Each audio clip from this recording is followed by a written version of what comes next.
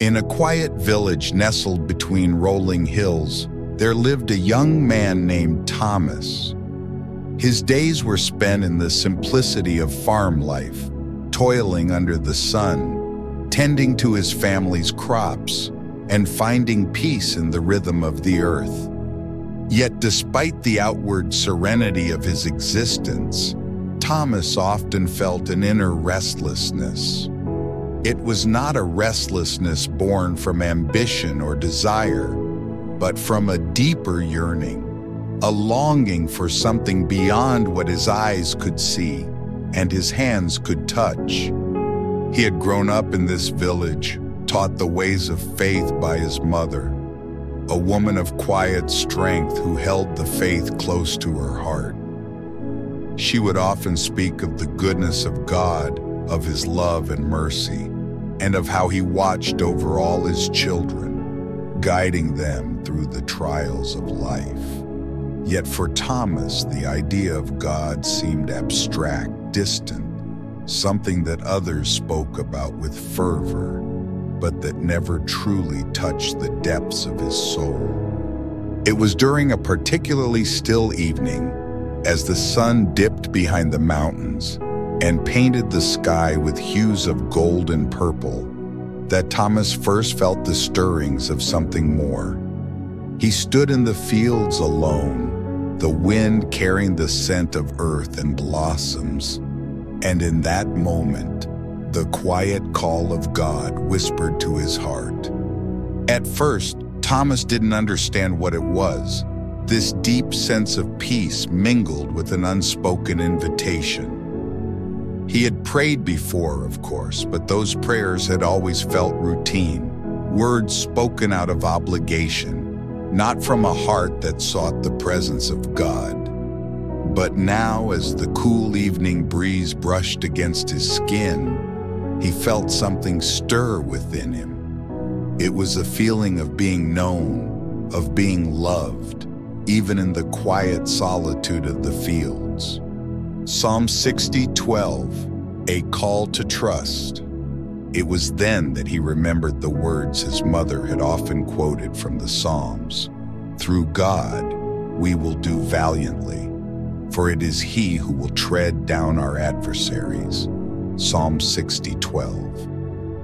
These words, though simple, seemed to resonate deeply within him. He had heard them many times before, but now they felt alive, as if they were spoken directly to his soul. In that moment, Thomas felt a stirring within him, a quiet understanding that perhaps God had been calling him all along. It was not a call to grandeur or fame, but a call to trust. A call to know that through God, he could face the adversities of life, and that no matter the struggle, God would be with him every step of the way.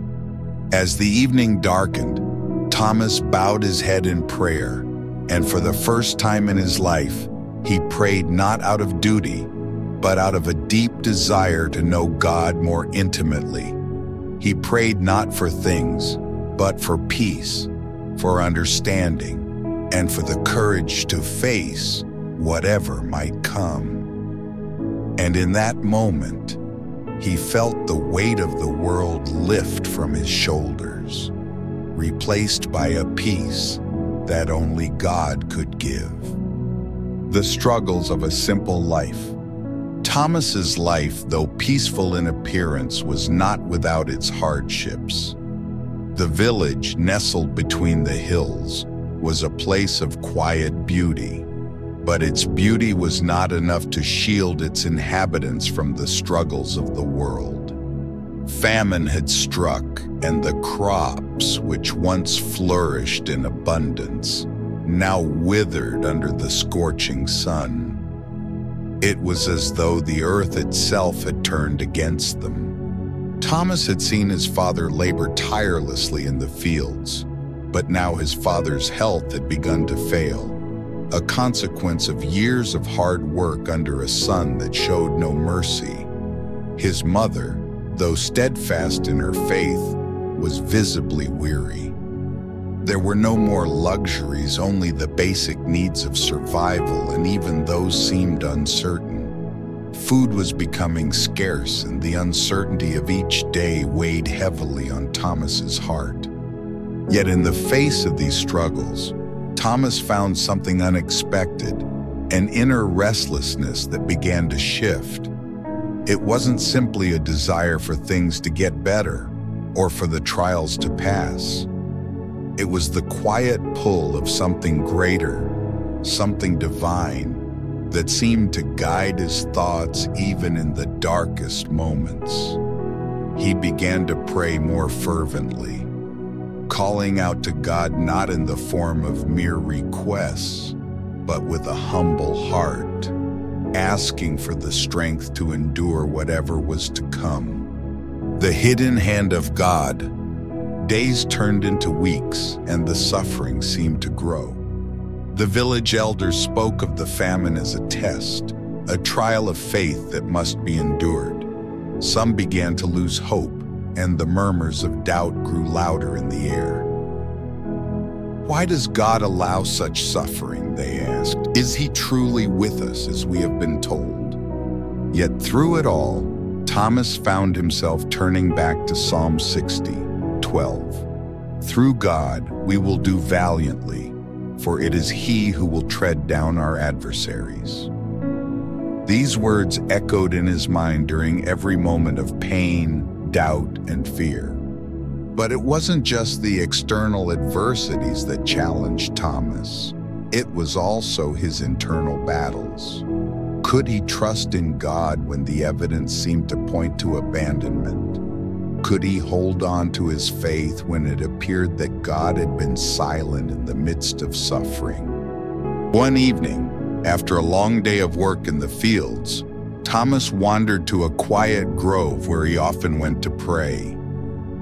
There, under the shade of an ancient oak tree, he knelt and offered a simple prayer, much like the prayers of his youth. Yet this time, his prayer felt different. He wasn't asking for deliverance from the famine, nor was he seeking relief from the suffering. He simply asked, "Lord, give me the strength to carry on. Give me the courage to see your hand in all of this." As he prayed, something profound happened. It wasn't a voice that spoke to him, nor was it a grand dramatic event, but in the stillness of that moment, he felt a gentle warmth, as if a loving embrace was surrounding him. The peace he had longed for suddenly enveloped him.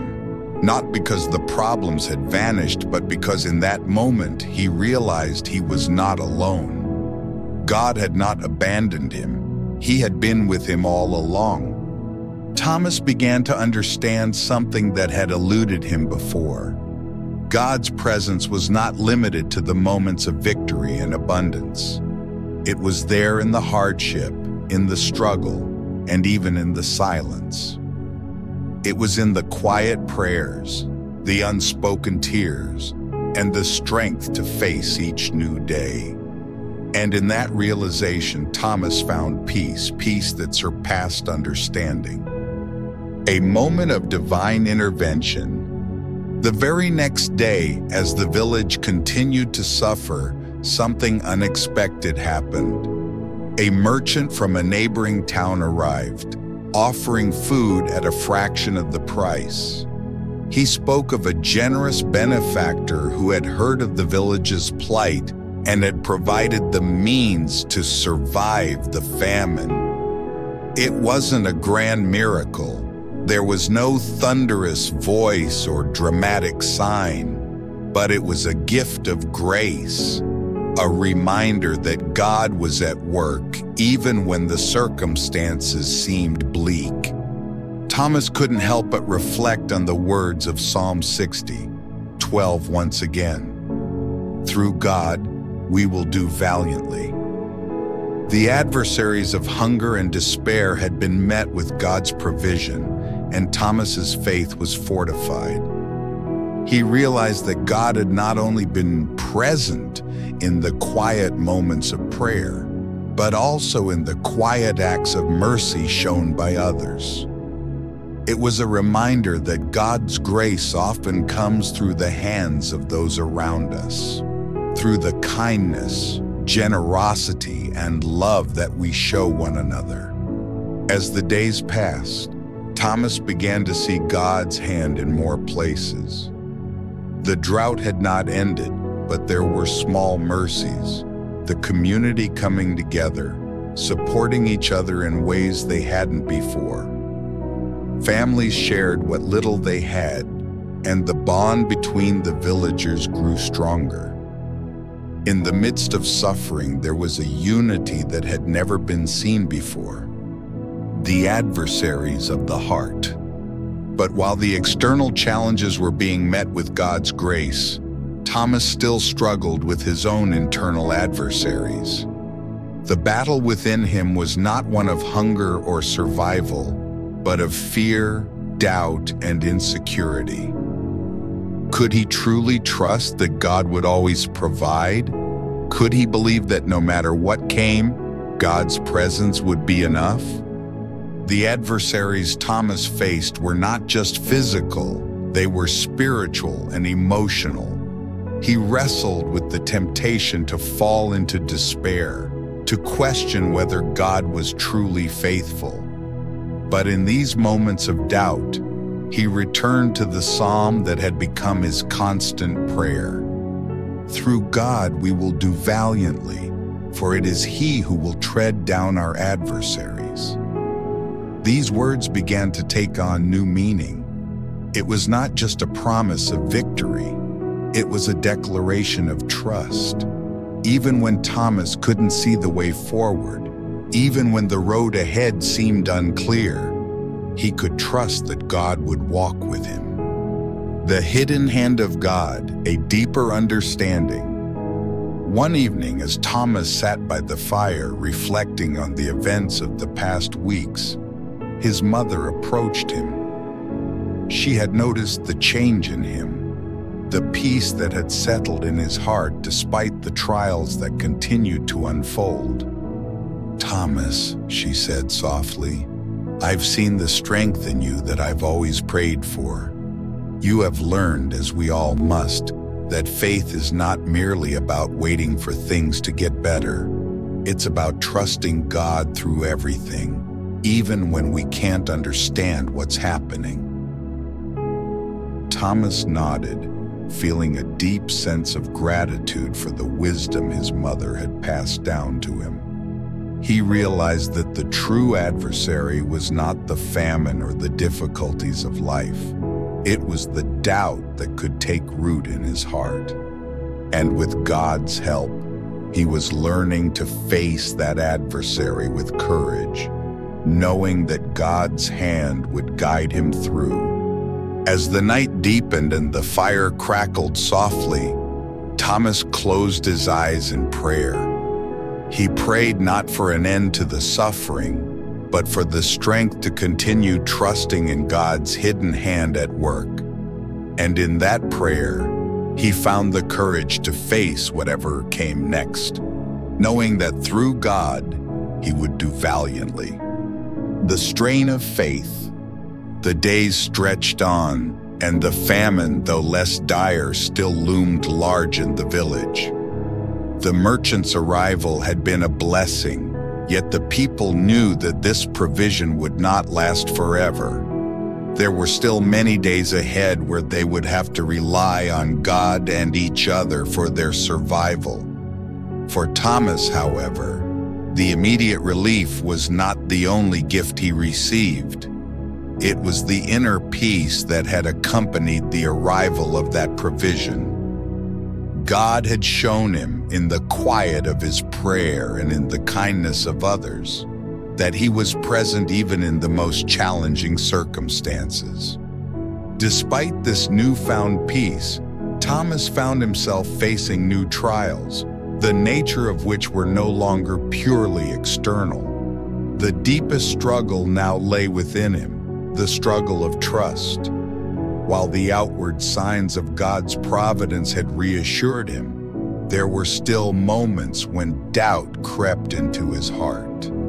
Could he continue to trust in God's promises when the world around him seemed so unpredictable?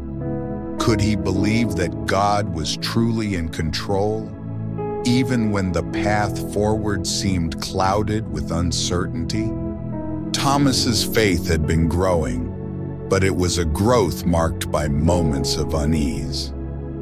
He had learned that trust was not an instantaneous gift, but rather something to be nurtured step by step. It was easy to trust when things were calm, but it was far more difficult when the storms of life raged. The struggle with doubt. One evening, as Thomas sat alone in his small room, his thoughts turned inward. He had spent the entire day in the fields, doing his best to contribute to the work that needed to be done, but his heart was burdened. The village, though it had received some relief, was still in need. The crops were not fully restored, and many families were struggling with the uncertainty of the future. The hunger that had once been so dire was now merely a faint shadow, but it still lingered in the hearts of the people. Thomas's thoughts turned to his family, his mother and father, who had always trusted in God, even when there seemed to be no reason to. They had lived through difficult times before, but this time felt different. The famine was not a temporary hardship. It was a profound test of faith. Would God come through for them again? Or were they destined to walk through this trial without his visible presence? The doubts gnawed at him. He thought back to the words his mother had spoken when the famine had first started. God's hand is always upon us, even when we cannot see it. But could he truly believe that? Could he believe that God would provide even when the future seemed uncertain and the present seemed to offer only small, fleeting mercies? For the first time in weeks, Thomas found himself questioning everything. What if God is silent in the face of our suffering, he wondered. What if this is all a test we cannot pass? The turning point, a moment of grace. The turning point came unexpectedly, as such moments often do. It was one of those rare nights when the village was still. Not a sound could be heard except the distant rustling of leaves in the breeze. Thomas had finished his evening chores early, and for once, he found himself alone with no distractions, just the quiet of the night surrounding him. He stood near the village well, gazing up at the sky, searching for answers in the stars. It was then that he heard a soft voice behind him. "Thomas," his mother called softly, "are you well?" Thomas turned around to find his mother standing there, her face glowing faintly in the moonlight. There was a quiet strength in her presence, a calmness that Thomas had always admired. She was not a woman of many words, but there was a depth to her faith that always seemed to draw Thomas in, especially in his moments of doubt. "I don't know, Mother," Thomas confessed, his voice tinged with frustration. "I keep praying, and I keep trying to trust, but I'm not sure I can. I can't help but wonder if God has forgotten us." His mother smiled gently, as though she had expected this moment. She took a few steps toward him and placed a hand on his shoulder, as though to ground him. "My son, faith is not the absence of doubt, but the trust in God even when we doubt. I know it is hard to understand, but God is with us in ways we do not always see. He walks with us through the darkness and the silence. Trusting in Him is not about seeing everything clearly. It is about trusting in His goodness, even when it is difficult." Her words were simple, but they struck a deep chord within Thomas. For a moment, he allowed himself to rest in the comfort of her presence. She did not have all the answers, but her faith was enough to reassure him that he didn't need to have all the answers either. God's presence was not dependent on his understanding. It was a constant, ever-present truth. A deeper understanding of trust. That night, Thomas lay in bed, staring up at the ceiling as the sounds of the village faded into silence. His mother's words echoed in his mind. Faith is not the absence of doubt, but the trust in God, even when we doubt. He thought back to the moments when he had first prayed to God, moments when he had felt an overwhelming peace and assurance. He remembered the sense of God's presence, even when he couldn't understand his ways. Perhaps, Thomas thought, it was not about seeing God in the midst of every moment. Perhaps faith was simply knowing that God was there, even in the silence. It was not the absence of doubt, but the willingness to surrender those doubts to God, trusting that He would guide him through. Psalm 60:12 came to his mind again. Through God we will do valiantly, for it is He who will tread down our adversaries. In the face of adversity, Thomas realized that victory did not lie in defeating the enemy on his own. It lay in trusting that God would fight the battle for him. Even if the outcome was uncertain, Thomas could trust that God was with him, that He would tread down the adversaries, even those that lay hidden in his heart. A quiet strength. The following days were marked by a quiet strength within Thomas. Though the trials of life continued, he no longer sought to control the outcome. Instead, he surrendered each day to God, trusting that His plan was better than his own. He found peace in the small things, in the kindness of a neighbor, in the warmth of his mother's smile, in the simple rhythm of his daily prayers. As the days passed, Thomas's trust in God grew. He learned that faith was not always about receiving clear answers or visible signs. It was about surrendering to God's will and trusting that He was with him, even when the way ahead seemed unclear. And with that trust came a deep, abiding peace, a peace that would carry him through whatever trials lay ahead. This concludes part 3 of the story. In this section, Thomas continues to wrestle with his doubts and struggles, but he learns that faith is not about the absence of doubt. Rather, it is about trusting in God despite those doubts. His journey toward deeper trust in God's plan and presence unfolds gradually, leading him to a place of quiet strength. The quiet of the soul. Days turned into weeks, and the village continued to face the trials of the famine. The air was heavy with unspoken worries, yet there was a noticeable change in Thomas.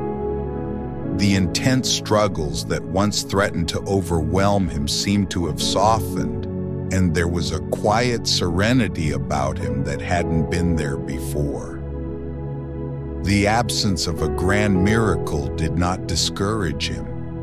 Instead, he found himself discovering something much more profound: peace in the silence. It wasn't that the problems of the village had vanished or that life had become easier. The crops were still withering, and the future was still uncertain. But Thomas had come to realize that the true victory was not in the immediate resolution of his trials, but in the deep peace that came from trusting God through the storm. In that peace, he found a strength he had never known before. It was in the quiet moments of prayer, when the world around him seemed to disappear, that Thomas felt closest to God. He learned to listen for God's voice, not in the grand gestures of life, but in the whispers of his heart. It was in those moments that he felt a warmth and love that surpassed any understanding. The stillness was not an absence of God's presence. It was the place where God spoke most clearly. Learning to embrace silence, Thomas began to appreciate the silence in a way he never had before. It wasn't the emptiness of silence that frightened him now, but the stillness where God's voice could be heard more clearly. The world around him continued to be filled with noise, distant chatter, the rustling of the wind, the cries of hunger and need. But in the quiet of his heart, he could hear God's presence. It was as if the Lord was saying to him, "Be still and know that I am God." It was during these moments of quiet reflection that Thomas realized something significant. While he had once believed that God's presence was most evident in moments of dramatic intervention, he now understood that God's presence was often more powerful in the stillness, in the quiet moments of everyday life. One evening, as he sat by the fire after dinner, the villagers gathered around, speaking softly about their struggles and the uncertain future. Thomas, who had once been caught up in the frantic desire for answers, now listened with a heart of peace. He didn't feel the need to offer solutions or chase after immediate answers. Instead, he prayed quietly in his heart for each person, lifting them up to God, trusting that he would provide what each one needed in his time. The power of contemplative prayer. As Thomas deepened his prayer life, he began to practice a form of prayer known as contemplation. It wasn't about asking for anything or even speaking words to God. It was about being present with him in the silence, allowing God to speak to his heart without the distractions of the world. Each day, after his morning chores were done, Thomas would spend time in the village chapel. It was a simple building, its stone walls weathered by time and prayer. Inside, there was a peaceful quiet that invited reflection. The chapel was small, but its silence was profound. Thomas would kneel before the altar, his hands folded in prayer, and simply sit in the presence of God. In these moments, he would often find that the worries of the day would melt away. His anxious thoughts would give way to a quiet assurance that God was present, even when he could not see him clearly. There was no need for words. The peace that enveloped him was enough. The burdens he had once carried with such heaviness now felt lighter, as though they had been lifted from his shoulders. He realized that God had not promised to remove all the trials of life, but he had promised to be with him through every storm. Psalm 60:12 once again came to his mind. Through God we will do valiantly, for it is he who will tread down our adversaries. The adversaries were not just the physical struggles of famine and loss, but the fears, doubts, and anxieties that clouded his mind. In the silence, Thomas found that God was helping him conquer those adversaries one by one. God's peace in the midst of struggle. The village, though still struggling, began to sense a change in the atmosphere. The people had always believed in God's provision, but now, seeing Thomas's newfound peace, they were beginning to realize that peace did not come from their circumstances. It came from a deep, unshakable trust in God, even when the world seemed uncertain. Thomas was no longer simply a participant in the village's daily life. He had become a source of peace for others, a quiet witness to the power of trusting in God. His mother, too, had noticed the change in her son. She saw how his once restless spirit had found a quiet, steady faith. There was a gentleness about him now, a stillness that came from knowing that God was with him in every moment, whether in the quiet chapel or the bustling village square. One evening, as Thomas sat with his mother on the porch watching the stars appear in the sky, she spoke softly to him. "Thomas," she said, "I see that the peace in your heart has made its way into your life. I am so grateful for what God has done in you. He has given you a strength that is not your own." Thomas smiled, feeling a deep sense of gratitude for his mother's words. He knew that this peace, this strength, was a gift from God. It was not something he could manufacture on his own. It was God's grace working in him, teaching him to embrace the silence and to trust in his presence even when he seemed silent. The beauty of God's hidden work.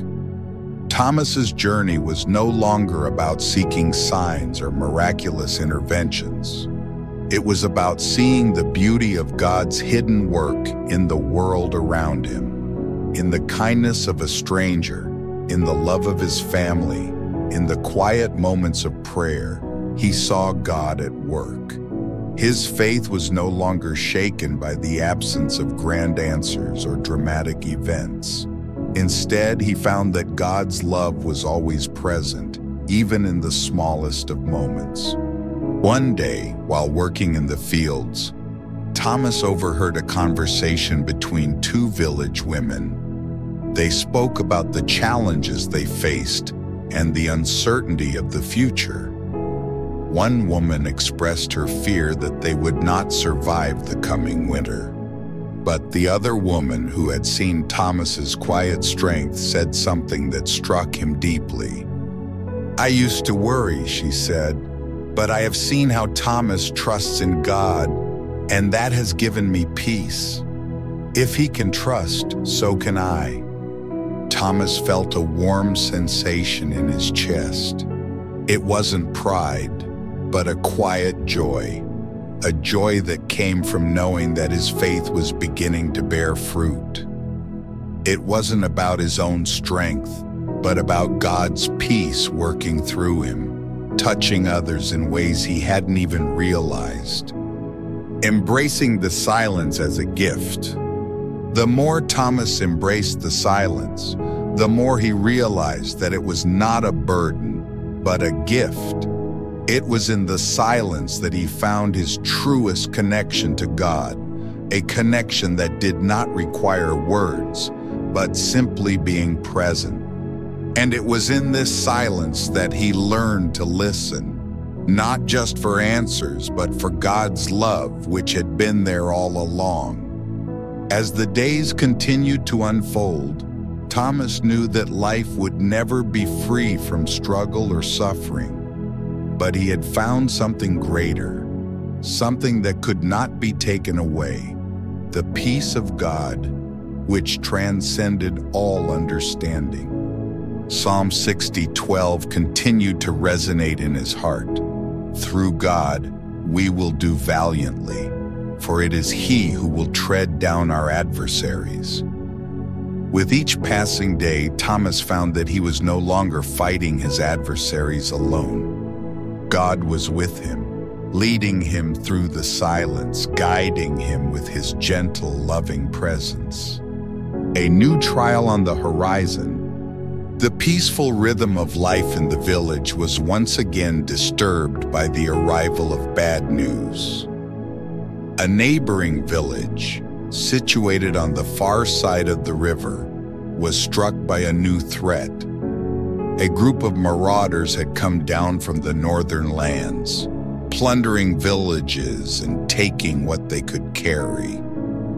The elders of the village gathered urgently, discussing what needed to be done to protect the families, especially as the marauders' next destination was the village just beyond the river, and their village would surely be next. Fear gripped the hearts of the villagers. They had endured so much already: the famine, the loss of loved ones, and the physical toll of their struggles. Now, with the threat of violence looming, the question was not just whether they could survive, but whether they would be able to defend themselves. Would they be able to keep their homes, their families, their peace? The news reached Thomas late one afternoon. He had been working in the fields when a group of villagers came to his home to share the news. They spoke in hushed tones, their faces pale with fear. "We must prepare ourselves," one of them said. "The marauders are coming, and we need every able body to defend the village." The thought of defending his family, his home, filled Thomas with an anxiety he hadn't experienced in a long time. He had faced physical hardship before, but the prospect of violence was different. It was not something he could solve with his own hands or even his prayers. He felt an unfamiliar sense of dread creep into his heart, and for the first time in weeks, he felt completely vulnerable. The call for courage. As the village began to prepare for what might come, Thomas spent a restless night, unable to sleep. He had always trusted in God, but now the trust seemed to be tested in a way he hadn't anticipated. The fear was not just for his own life, but for those he loved, his family, his village. Would he be strong enough to protect them? Could he stand firm, trusting in God when the world around him seemed to be unraveling? That night, he found himself in the chapel once again, kneeling before the altar in silent prayer. He thought of the many times God had been there for him, offering him peace in the midst of suffering. And yet, the fear lingered. Could God really be with him now in the face of such peril?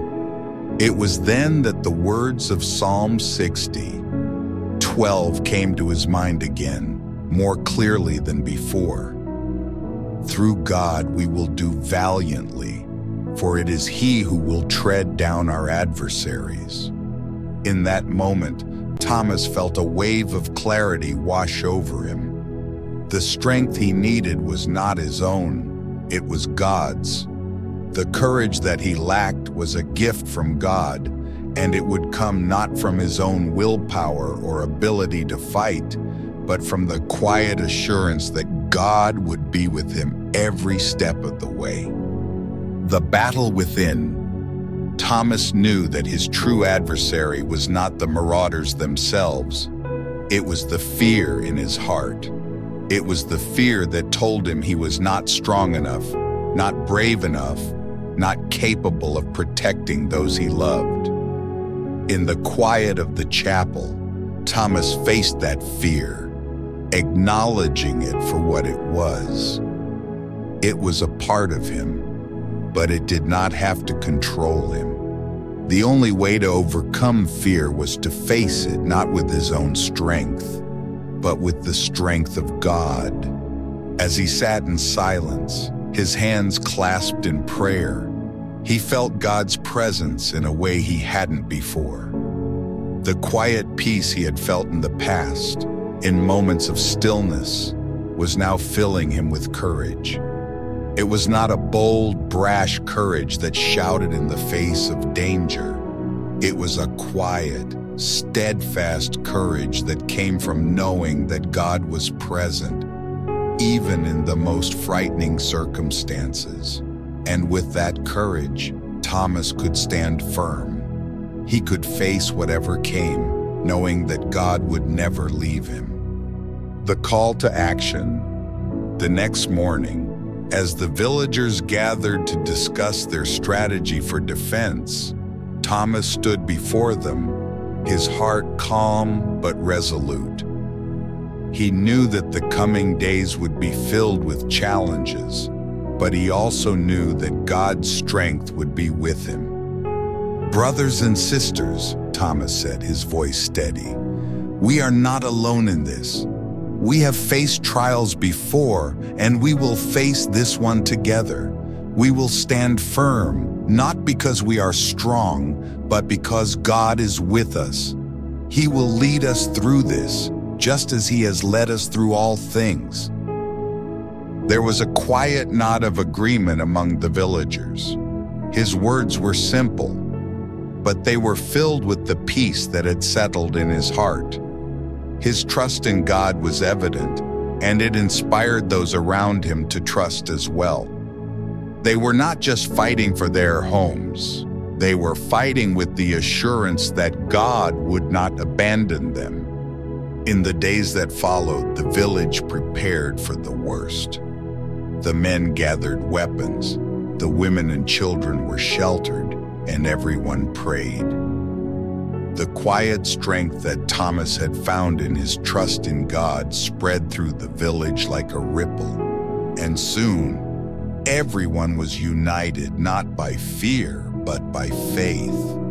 They worked together, prepared for the coming threat, but with hearts that were calm, knowing that they were not alone. The battle, the day of the marauders' arrival, came, and the village stood ready.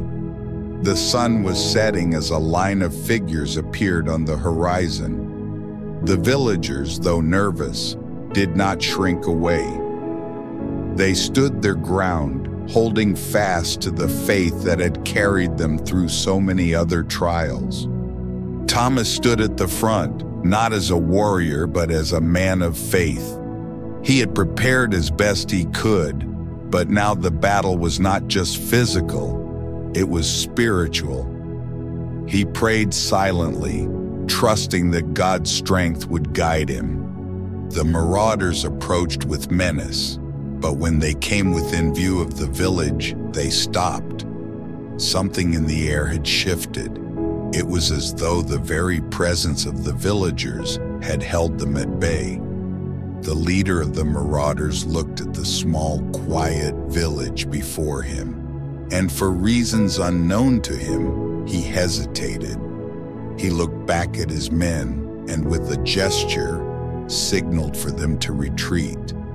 For a moment, time stood still. The villagers, including Thomas, stood in stunned silence. It wasn't until the marauders had disappeared over the horizon that a quiet cheer erupted. The village had been spared. God had intervened, not with a mighty show of force, but with the silent courage of His people. The lesson of courage. As the villagers celebrated their victory, Thomas felt a deep sense of awe.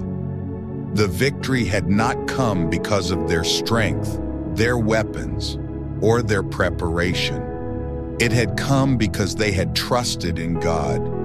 Their courage had not been born of their own will, but from their surrender to God's will.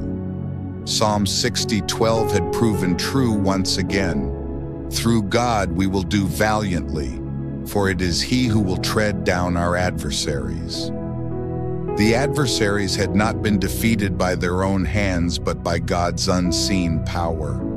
As Thomas stood there, watching the celebration, he realized that the greatest battle was not the one fought with swords and shields. It was the one fought within. The courage to trust in God, the strength to face fear, and the peace that came from surrendering to God's will were the true victories. And these were the gifts that would carry him through whatever lay ahead. A new battle, the fight against fear.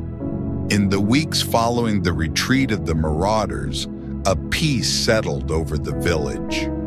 The immediate threat had passed, but the emotional scars of the battle lingered. The villagers had seen their lives turned upside down by the potential loss of everything they had worked And while the threat had been averted, the psychological weight of the experience still hung in the air. Thomas, too, felt the remnants of fear lingering in his heart. Though outwardly calm, he often found himself unable to escape the quiet echo of fear that crept into his thoughts.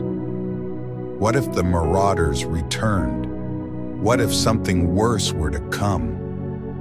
His mind, once filled with the peace he had come to treasure, was now clouded with doubts.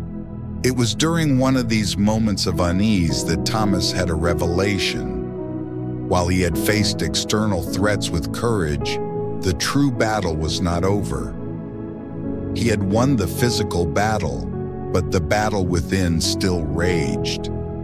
Fear, doubt, and insecurity had followed him from the days of famine and struggle. They had been dormant, waiting for the right moment to emerge. Now, in the wake of the threat, they were pushing their way to the surface, clouding his thoughts and peace. Thomas realized that he had never fully confronted these internal battles. His strength had been drawn from his faith in God's presence, but now he faced a new challenge: how to trust God in the quiet, hidden corners of his heart, where fear and doubt resided. The words of Psalm 60:12 seemed to echo in his mind more than ever. Through God we will do valiantly, for it is He who will tread down our adversaries. But the adversaries now were not external. They were the internal struggles, the fear and insecurity that threatened to undo his newfound peace. The call to inner healing. One evening, as Thomas sat in the chapel once again, his mind heavy with these thoughts, an older man, Father Daniel, approached him. Father Daniel had been a mentor to Thomas since childhood, always offering words of wisdom and comfort. The priest had lived through many trials in his own life and had always carried a deep, quiet faith that Thomas admired. "Thomas," Father Daniel said gently, "I see a heaviness in your heart. You have fought many battles, but I sense that there is still a fight you have not yet faced." Thomas nodded, knowing exactly what the priest meant. "I am struggling, Father. I thought I had overcome the worst of my fears, but now I fear that I will never be free of them. What if the next trial is too much for me to handle? What if I am not strong enough?" Father Daniel placed a hand on his shoulder, his eyes filled with understanding. "The battle you face now is not one of flesh and blood, but of the Spirit. The enemy is not the marauders, nor the circumstances of this world. It is the fear that resides within you, the fear that whispers you are not enough. But I can tell you this, Thomas, God's love is greater than your fear, and His grace is sufficient for you in every moment." Thomas looked at the priest, feeling a flicker of hope stir in his heart. "How do I overcome this fear, Father?" Father Daniel smiled softly. "You cannot overcome it alone, but with God, all things are possible. Fear does not have the final word. Trust in God, and He will give you the courage to face what lies within." That night, Thomas reflected deeply on Father Daniel's words.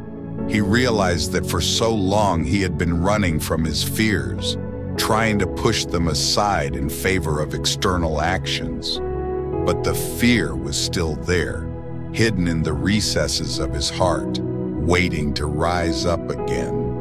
The true battle would be fought not in the world around him, but in the depths of his own soul. Facing the fear. The following days were filled with moments of quiet reflection and prayer. Thomas began to confront the fear he had buried for so long. It wasn't easy. He had to look at the moments of weakness in his life, the moments when he had felt vulnerable, when he had doubted God's presence. He had to face the truth that sometimes his faith had been shaky and his trust had faltered. But in those moments of honesty, he began to experience a deep healing. In the quiet of the chapel, Thomas began to bring his fears before God. He did not try to fight them with his own strength, but instead he surrendered them to God, asking for the grace to face them head on. It was in this surrender that he found the courage to move forward. God's love, he realized, was not just a comfort in times of trouble. It was the power that would heal his deepest wounds and help him face the fear that had held him captive for so long. Each day, as Thomas prayed, he began to feel a sense of lightness. The burden of fear slowly began to lift. It was as though the weight that had been pressing down on him for so long was being lifted by the very hands of God. The fear was still there, but it no longer controlled him. He no longer feared his own weakness because he had learned to trust in God's strength. The armor of God. Father Daniel had spoken to Thomas about the armor of God, a concept Thomas had heard many times but had never fully understood. He now began to understand its meaning on a deeper level. The armor of God was not a physical shield or sword. It was the spiritual protection that came from trusting in God's promises. It was the truth of His word, the righteousness He imparted, the peace that came from knowing Him, and the faith that would guard his heart. As Thomas prayed, he began to envision the armor of God surrounding him, the belt of truth, the breastplate of righteousness, the shield of faith, and the sword of the Spirit. With each prayer, he imagined God's strength fortifying him, protecting him from the inner adversaries of fear and doubt. Psalm 60:12 took on a new meaning for Thomas. Through God, we will do valiantly. He understood now that it was not by his own efforts that he would do valiantly, but by God's grace.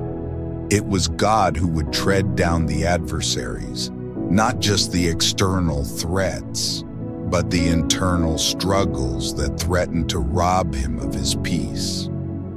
In God's strength, Thomas found the courage to face each day with renewed hope. The transformation of the heart. As the weeks passed, Thomas began to see the transformation within himself. The fears that once seemed insurmountable were now small in comparison to the power of God's love. He no longer lived in dread of what might happen. Instead, he lived in the peace of knowing that whatever came, God would be with him. His internal battles had been won, not by his own strength, but by the strength of God's grace working in him. The villagers noticed the change in Thomas. He had always been a source of strength, but now there was a quiet, steady peace about him that radiated to everyone around him. His faith had been tested, and he had come out stronger, not because he had overcome his fears on his own, but because he had learned to trust in God's presence in the midst of them. The true victory. One evening, as Thomas sat with his mother in the quiet of their home, he reflected on the journey he had walked. It had not been an easy journey, and the path had often been unclear. But through it all, God had been faithful. He had been with him in every moment, through the famine, through the battle with the marauders, and through the battle within his own heart. "Mother," Thomas said softly, "I have learned that the true battle is not the one fought with weapons, but the one fought in the heart. It is the battle of trusting in God, even when everything around us seems uncertain. And I have learned that when we trust in Him, we do not fight alone. He fights with us. His mother smiled, her eyes filled with pride and love. You are right, my son. You have learned the greatest lesson of all. A heart transformed. As the months passed, Thomas's inner peace began to bear visible fruit. The transformation within him was not only a change of heart, but also a shift in the way he saw the world. Where fear and doubt had once clouded his vision, there was now a clarity that allowed him to see the hand of God at work in the smallest of details. It was as though the fog that had surrounded his life had lifted, and in its place, there was a calm assurance that God was present in all things. The village, too, began to notice this change. Thomas's once restless spirit had been replaced by a quiet strength that radiated from him. It was not the strength of a warrior, nor the strength of a man who could overcome any obstacle with his own will. It was the strength that came from surrendering to God's will, from trusting that His plan was better than any plan Thomas could devise on his own. As Thomas walked through the village, he saw the faces of the people differently. He no longer saw them as strangers or mere neighbors, but as brothers and sisters in the same struggle, the same journey of faith. He saw their pain, their hopes, and their fears. And for the first time, he understood that his faith was not just for his own peace. It was meant to be shared. The call to serve. One afternoon, as Thomas sat with his mother in their small home, a thought came to him, unbidden but clear. His journey of faith was not meant to be an inward one alone. The peace and strength he had received were not only for his own comfort, they were gifts to be shared with others. If he had been transformed, surely the same transformation could be offered to those around him. His mother, who had always been his greatest support, looked at him with knowing eyes. She too had seen the change in him. You have found peace, Thomas, she said softly. But you know as well as I do that the peace you found is not for you alone. You must now share it with others. Thomas nodded slowly, understanding what she meant. His faith was not meant to be hoarded, but to be shared. Through his actions, his words, and his example. It was not enough to simply live in peace. He had to be a light to those around him, a beacon of hope for those who were still struggling with fear, doubt, and despair. A quiet witness. The next day, Thomas began to look for ways to serve those around him. He didn't seek recognition or praise. He simply sought to be the hands and feet of God in his community. He helped the elderly with their daily tasks, listened to the troubled hearts of his neighbors, and offered a word of encouragement to those who were weary. It wasn't grand or dramatic. It was simply the quiet, everyday acts of service that were rooted in a deep love for God and for others. One of the first people Thomas reached out to was his neighbor, Miriam, an elderly widow who had been struggling with the loss of her husband. She had always been a kind woman, but since her husband's death, she had withdrawn from the community, consumed by grief. Thomas knew that his peace was not meant to be kept to himself, so he visited her one afternoon, bringing a basket of food and a kind word. Miriam, Thomas said gently, I've noticed that you've been alone lately. I just wanted to see if there was anything I could do for you. Miriam looked up at him, her eyes red from crying. Oh, Thomas, it has been so hard, she said, her voice trembling. "I miss my husband so much. I feel lost without him." Thomas sat down beside her and listened. He didn't offer advice or try to fix her pain. He simply listened. And as he listened, he prayed silently, asking God to speak through him, to bring comfort to Miriam's broken heart. After a while, he spoke softly. "I know it's hard, Miriam. I've seen the pain in your eyes, and I can't pretend to understand it. But what I do know is that God is with us, even in the darkest of times. His love never fails, and he will carry you through this." Miriam looked at him with tears in her eyes, and for the first time in weeks, a faint smile appeared on her face. "Thank you, Thomas," she whispered. "I needed to hear that." The ripple effect of love. Thomas continued to serve his neighbors in quiet, humble ways. He didn't seek the spotlight or recognition. Instead, he lived out his faith in the everyday interactions of life, through the meals he shared, the prayers he offered, and the time he gave to those in need. Over time, the village began to change. It wasn't an overnight transformation, but there was a subtle shift in the atmosphere. People began to speak more kindly to one another. There was a new sense of community, a new awareness of the presence of God in their midst. It was as if the peace that had filled Thomas's heart had begun to spread slowly but surely to those around him. One evening, as Thomas sat with his mother, watching the sunset, he reflected on the change that had come over the village. It wasn't the kind of change that could be measured in grand accomplishments or victories.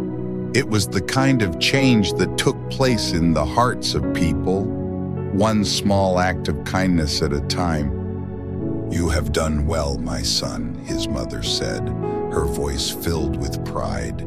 "Your faith has not only transformed you, but it has transformed this village. You have shown them that peace is not a fleeting feeling. It is a way of life."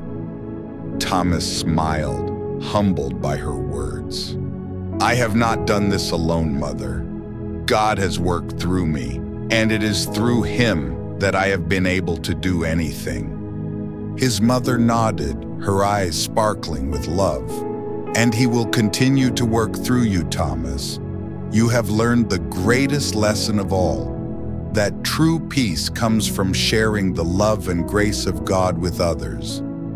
The fruit of faith. As the weeks turned into months, the village flourished in ways that were both visible and invisible. The crops began to grow again, and the people's hearts seemed lighter. But more than that, there was a sense of hope in the air, a hope that transcended the trials they had faced and the struggles that still lay ahead. Thomas had learned that true faith is not about avoiding pain or hardship. It is about trusting in God's presence in the midst of it. And in that trust, he had found a peace that not only sustained him, but had begun to transform the world around him. Psalm 60:12 was no longer just a verse Thomas recited. It had become the cornerstone of his life. Through God we will do valiantly. He had faced adversity, and with God's strength, he had done valiantly. But more than that, he had found that through God, he could share that victory with others, helping them face their own struggles with the same peace and trust that had carried him. A life of service and peace. As Thomas continued to serve his community, he realized that his life's purpose was clear. It was not to seek fame or success, but to be a humble servant of God, sharing the love and peace he had received with those around him. Through his actions, his words, and his example, Thomas became a living testament to the power of God's grace. In the quiet of the village, under the ever-present sky, Thomas found his true calling. He was not just a man who had endured the trials of life. He was a man who had been transformed by the love of God and had become a vessel of that love to others. And in that transformation, he found the greatest peace of all. An unexpected trial. The peace that had settled over the village was soon tested by an unexpected turn of events. One autumn afternoon, a powerful storm swept through the valley, far stronger than any the villagers had experienced in years. The winds howled through the trees, and the rain fell in sheets, drenching everything in its path. By nightfall, the river that ran alongside the village had swollen dangerously, its waters rising higher and higher, threatening to flood the homes and fields of the people. Thomas had never seen anything like it. The storm raged on, and soon the villagers began to fear that their homes might be lost to the rising waters. The elders gathered in the town square, discussing their options, but there was little they could do. The river was overflowing and the floodwaters showed no signs of slowing. In the midst of the chaos, Thomas heard his mother's voice calling out to him. "Thomas, come quickly!" He rushed to her side, finding her standing at the edge of their small property, watching the water creep closer. "The river is rising too fast," she said with concern. "We need to move the livestock, the grain, and everything we can carry. We must act quickly." Without hesitation, Thomas sprang into action. He gathered the family's belongings and helped his mother lead the livestock to higher ground. As the storm intensified, he could feel the weight of the task pressing on him. The water was rising faster than they could prepare, and he could sense that this was no ordinary storm. The village, the people he loved, might not survive this. As he worked alongside his neighbors, trying to move what they could, Thomas realized that this was more than just a physical challenge.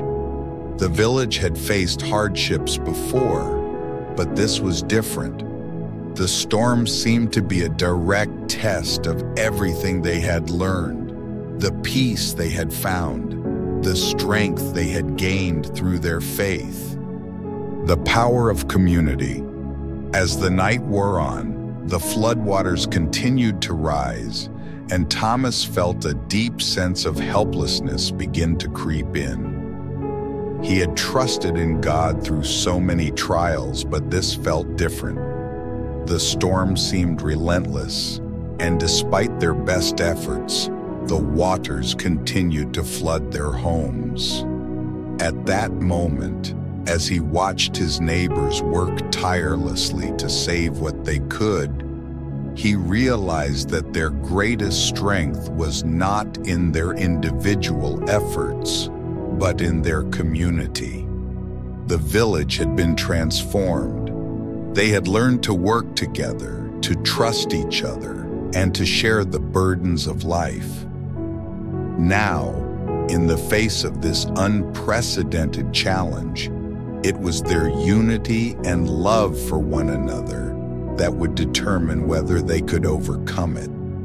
Thomas's role shifted from merely a helper to a leader in the village's efforts to protect the homes and families from the flood. He helped organize the villagers, directing them to safer areas, ensuring that the elderly, the children, and the most vulnerable were moved to higher ground. It wasn't easy. Many of them were exhausted, and the storm showed no signs of abating. But as he looked around at the faces of those who had become his extended family, he felt a quiet resolve. They would endure this together. They would not face this trial alone. As they worked through the night, a sense of solidarity emerged among the villagers. They were not just fighting to protect their homes, they were fighting to protect one another. Their bond had deepened over the past months, and now that bond became their greatest source of strength. A moment of surrender. Despite their efforts, by the early hours of the morning, the floodwaters had breached the village's defenses. Homes were submerged, and fields of grain were washed away. The devastation was heartbreaking. As Thomas stood on a hillside looking down at the damage, he felt the weight of failure pressing down on him. They had tried their best, but the storm had overwhelmed them. At that moment, he was struck by the realization that they could not control everything. They had done all they could, and yet the storm had still come. His mind, which had always been filled with thoughts of what more could be done, grew quiet. It was in the silence of that moment that he felt God's presence like never before. Thomas knelt down in the mud, closing his eyes, surrendering his fears, his doubts, and his sense of helplessness to God. The battle was not his to win alone. He had to trust in God's plan, even in the face of such overwhelming loss. The words of Psalm 60:12 echoed in his mind once again. Through God we will do valiantly, for it is He who will tread down our adversaries. This storm was not their adversary. It was a test of faith. And the true victory would not be in the absence of suffering, but in the way they responded to it. Through God, they would do valiantly, even in their brokenness. The healing power of faith. As the waters receded in the following days, the village began the long process of rebuilding. The damage was extensive, and many families had lost their homes and livelihoods. But through it all, Thomas found that the greatest strength was not in material possessions or external victories. It was in the healing power of faith, the strength of community, and the love of God. Though their homes had been damaged, the villagers still had each other. They gathered in the town square, praying together, mourning their losses, and seeking God's guidance for the future. It was in these moments of unity and prayer that Thomas felt the deepest peace. The storm had taken much from them, but it had also shown them the true power of faith and community. Thomas found himself once again drawn to the chapel, this time to offer a prayer of thanksgiving. The storm had tested them, but it had also revealed something far more important: the unshakable bond that faith creates among people. Through their struggles, they had grown stronger, and through their trials, they had learned to rely on God in ways they never had before. Through God, we will do valiantly, Thomas whispered to himself, his voice filled with gratitude. He knew that victory was not about avoiding hardship, but about trusting God through it. They would rebuild, not just their homes, but their lives, and they would do so with the strength that only faith could provide. A new beginning. As the village slowly recovered, Thomas continued to serve and lead with the peace and strength that had carried him through so many trials. He had learned that faith was not just a shield against hardship, it was the foundation of every aspect of life. He had faced the storm and come through it, not unscathed, but with a deeper understanding of God's love and power. The people of the village, inspired by his example, grew in their own faith and resilience. Together, they rebuilt not just their homes, but their community. And as they did, they found that the greatest treasure was not the material things they had lost, but the faith, love, and unity that had been strengthened in the midst of the storm. Psalm 60:12 had always been a source of strength for Thomas, but now it was a living truth in his life. Through God, we will do valiantly. He had experienced the truth of those words in the deepest way, and he knew that whatever came next, God would continue to guide him, his family, and his community. The aftermath of the storm. The storm had passed, but its aftermath left a visible mark on the village. The floodwaters had receded, but many homes, fields, and personal belongings had been lost. The once thriving fields were now barren, and families who had once lived in relative peace were left grappling with the reality of starting over. The physical loss was undeniable, but the emotional toll was perhaps even greater. There was a palpable sense of grief in the air. The village, once full of life and hope, now seemed weary and defeated. Yet amid the grief, there was a quiet transformation taking place. The villagers, though worn down by the storm, had come together in a way that they never had before. In the weeks following the disaster, the sense of community was stronger than ever. They had lost much, but they had not lost each other. Thomas watched this transformation with awe. As a leader of the village, he had always known the importance of community, but now, in the face of adversity, he understood it in a much deeper way. The trials they had faced had not broken them. They had bonded them in ways that no victory or triumph ever could. The village was no longer just a place where people lived side by side. It was a place where people lived for one another, supporting and strengthening each other through every difficulty. The test of faith. One evening, as Thomas walked through the village, he was approached by Father Daniel. The priest's face was somber, but there was a glimmer of hope in his eyes. "Thomas," Father Daniel said, "I have been thinking much about what we have all been through.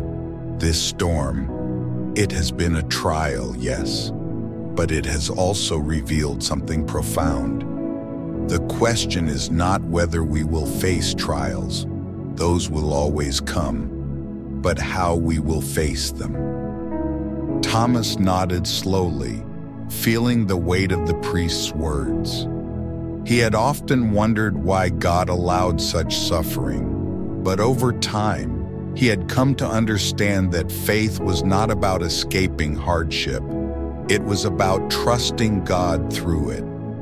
Father Daniel continued, "You have led your people through this, Thomas, but there is still a challenge ahead. Rebuilding is not just about the physical labor. It is about rebuilding our spirits. It is about finding hope and faith in the midst of what seems like ruin." Thomas thought for a moment, his heart heavy. "I know, Father. The pain is still there, especially in the hearts of those who have lost so much. The village feels different now, wounded, as if it is unsure how to move forward." "You are right," Father Daniel said, "but this is where true victory lies. The real test of faith is not in how we avoid suffering, but in how we rise from it, how we find meaning in it, how we trust in God's love even when we don't understand His ways. Your village has learned to face hardship together, but now they must learn to find hope to rebuild spiritually." Thomas nodded, understanding the depth of Father Daniel's words. The ultimate victory would not come from restoring their physical possessions. It would come from restoring their hearts. The real rebuilding was not of houses and fields. It was of faith and spirit. The healing power of community. Thomas took Father Daniel's words to heart.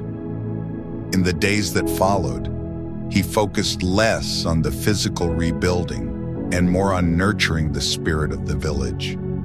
He gathered the people together, not just to rebuild homes, but to rebuild hearts. They began to meet regularly for prayer, sharing not just their hopes for the future, but their fears and griefs as well. They spoke openly about the pain they had experienced and the strength they had found in each other. It was a time of deep emotional healing. The village, though scarred by the storm, began to blossom in new ways. Thomas watched as the people came together not only to work side by side, but to share in each other's burdens. There was no longer a sense of isolation or individual struggle.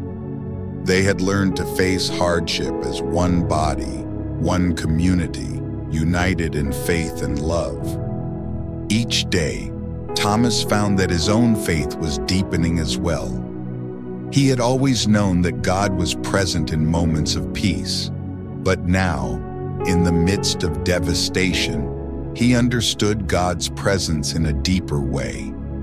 It was not just the peace of calm moments, but the peace that transcended the storm. The victory was not in avoiding suffering, but in trusting that God was there, even in the darkest moments. He had learned that the real strength was not in what they had, but in what they were willing to give each other, their love, their faith. The rebuilding of faith. One Sunday afternoon, as the village gathered for Mass, Father Daniel spoke to the people.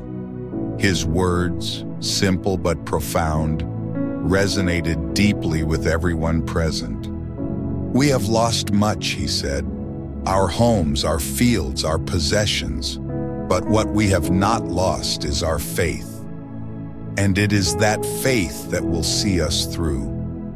God has not abandoned us in this storm. He is here, and He will continue to guide us." The people sat in silence, reflecting on Father Daniel's words. They had seen their lives turned upside down, but they had also seen the power of community and the enduring love of God. They had witnessed how Thomas's quiet strength had carried them through the hardest moments, and they knew that their faith was stronger than ever. Though they had been tested, they were not defeated. Thomas sat with his mother that evening, looking out over the village. The sun was setting, casting a golden glow over the land. He felt a deep sense of peace in his heart. The road ahead would be long, and the scars of the storm would remain. But he knew that the village was stronger than ever. They had learned the true meaning of community, and they had learned that faith was not just for the good times, it was for the bad times as well. "We have come through the storm," Thomas said softly, his voice full of gratitude. "Not just as individuals, but as a community. And together, we will rebuild, not just our homes, but our hearts." His mother smiled gently, her eyes filled with love. "And through it all, Thomas, you have led them with the greatest gift of all, the peace that comes from trusting in God. The ultimate victory, a life of faith and service."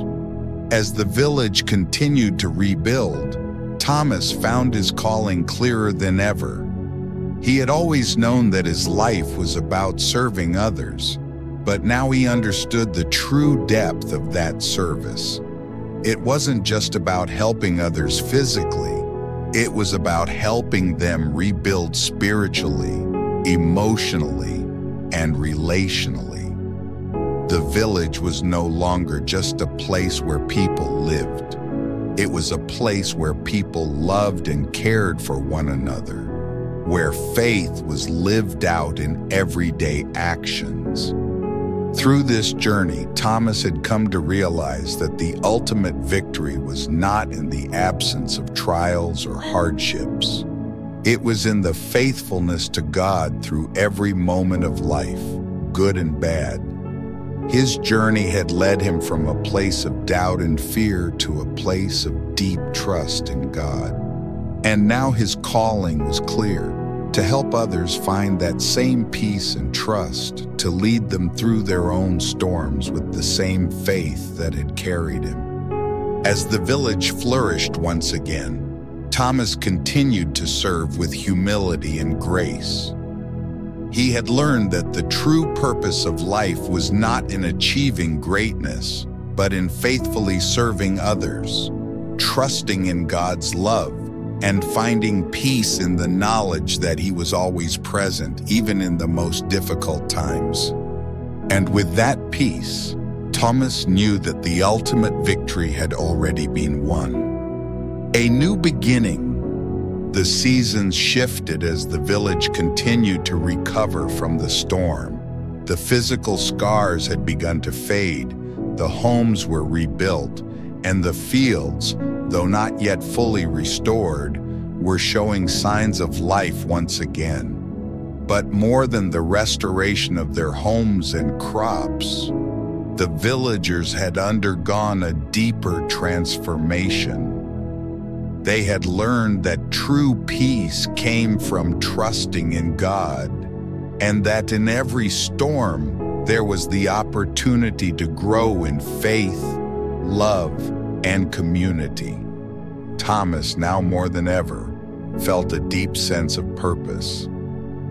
His journey of faith had led him to understand that his role was not just to lead in times of trouble, but to guide others in the quiet moments as well.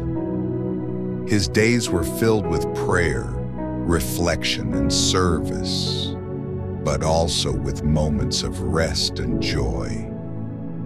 He had learned that peace was not just a gift to be cherished in times of calm. It was something to be lived out daily, through both the trials and the victories. As he walked through the village, he could see the transformation in the faces of the people. The fear and doubt that had once plagued them were being replaced by a quiet strength. The bonds between them were stronger than ever, and the love of God was evident in every act of kindness, every word of encouragement, and every prayer offered. A quiet legacy of faith. One sunny afternoon, as Thomas sat in the town square, watching the children play and the adults share their daily tasks, he felt a deep sense of gratitude. He had never imagined that his journey would lead him to this place, to a life of service, peace, and spiritual growth. But now he could see that every step had been guided by God's hand, even when he had not understood the path ahead.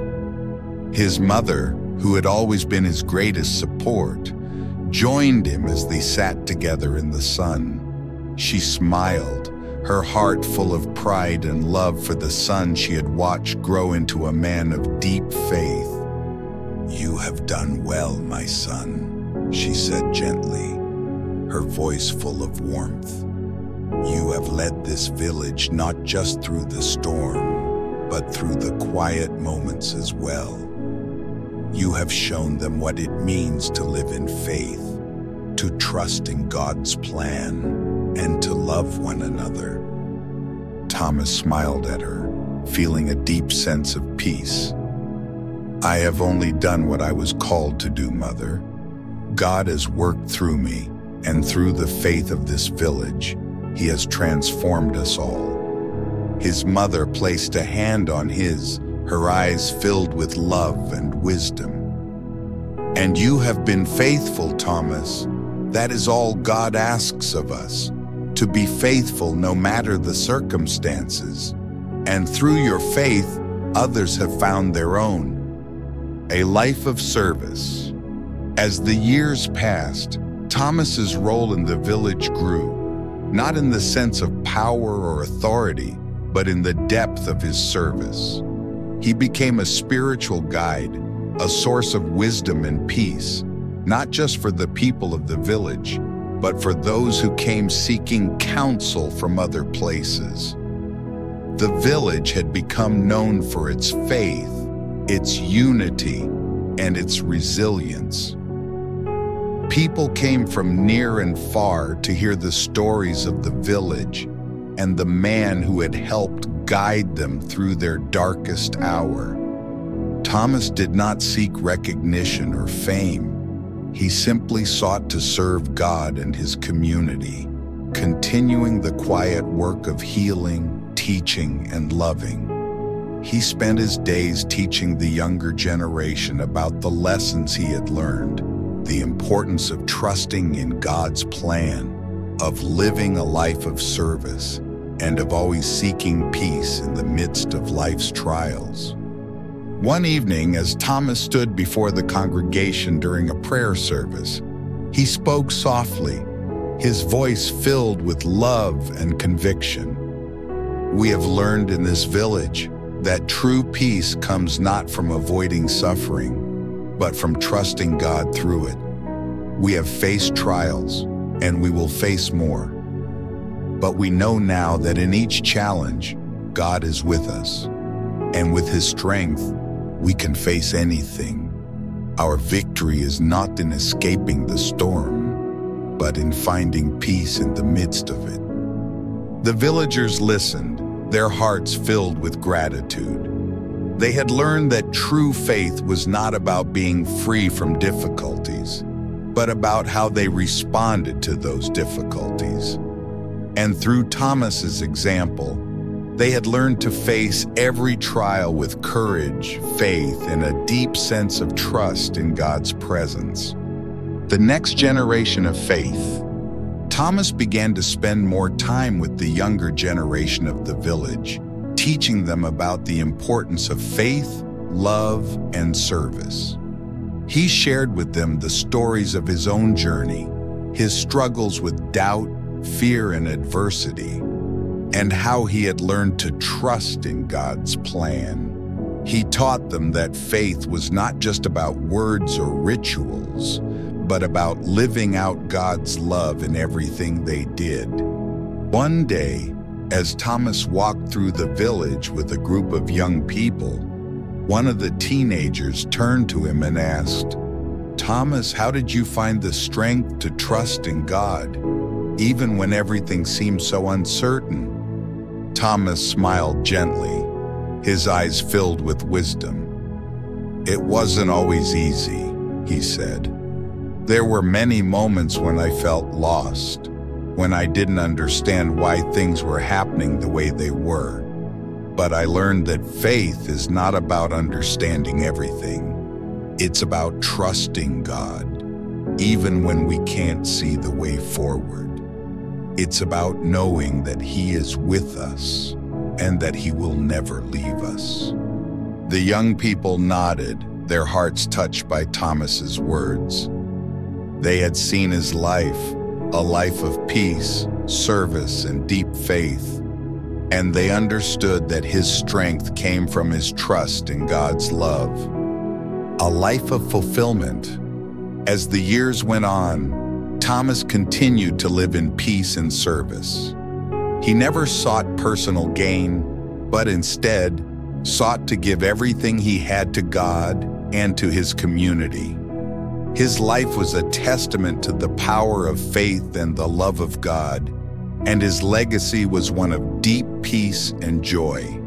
One evening, as Thomas sat in the same chapel where he had once knelt in prayer all those years ago, he looked around at the people of the village, his family, his neighbors, his brothers and sisters in Christ.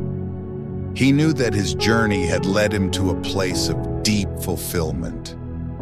He had faced trials, doubts, and fears, but through it all, he had found peace in God's presence. And now, as he looked at the lives of those he had helped guide, he felt a deep sense of gratitude. "Lord," he whispered softly. "Thank you for showing me your love. Thank you for guiding me through every trial, every challenge, every storm. You have been my strength, and through you, I have found peace." As Thomas knelt in prayer, he knew that his life had been lived for a purpose, and that purpose was to serve, to love, and to trust in God's plan, no matter the circumstances. The final blessing. The village continued to thrive, its people living in faith and peace. Thomas, now older, had become a beloved figure in the village. His life, a life of humble service, had become a beacon of hope for all who knew him. And though his physical body would one day grow weary, his legacy would live on through the lives of the people he had touched, through the faith he had shared, and through the love of God that had sustained him. In the final years of his life, as Thomas lay in his bed, surrounded by his loved ones, he reflected on his journey. His heart was at peace, knowing that he had lived faithfully and had done the work God had called him to do. As he took his final breath, the words of Psalm 60:12 filled his heart one last time. "Through God we will do valiantly, for it is He who will tread down our adversaries." The adversaries had been many: fear, doubt, loss, and hardship. But through it all, God had been with him, and through God he had done valiantly. And in that victory, Thomas found eternal peace. Heavenly Father, we come before you with hearts full of gratitude and praise. You who have guided us through every storm, who have been with us in the darkest moments and the brightest days, we give thanks. You are our strength, our refuge, and our peace. Through every trial, you have shown us your love, and through your love we have found courage. Lord, just as you walked with Thomas and the people of the village, so too do you walk with us. We trust in your plan, even when we cannot see the way ahead. You have led us through storms, and you have carried us through hardship. Help us to remember that in our weakest moments, you are our strength. In our moments of doubt, you are our hope. And in our moments of peace, you are the source of that peace. We ask for your guidance, Father, as we rebuild our lives, not just in the physical sense, but in the spiritual sense as well. Help us to rebuild our hearts with the love, compassion, and faith that you have shown us. May we live as servants of your love, reaching out to those in need, offering comfort to the brokenhearted, and standing firm in the face of adversity. Lord, we pray for the courage to face whatever challenges may come. Give us the strength to trust in you fully, to serve others with humility, and to walk in your light every day. May we never forget that true victory is not in avoiding suffering, but in trusting you through it. We pray for peace in our hearts, in our families, and in our communities. May your love shine through us, bringing light to those who walk in darkness, healing to those who suffer, and hope to those who feel lost. We thank you for the example of Thomas, for his unwavering faith and service. May we follow his example and live lives worthy of your calling. May we always seek to love you with all our heart, soul, and strength, and to love our neighbors as ourselves. We surrender our lives to you, trusting that you will lead us, guide us, and protect us, today and always. May we find peace in your presence, knowing that through you, all things are possible. In your holy name we pray. Amen.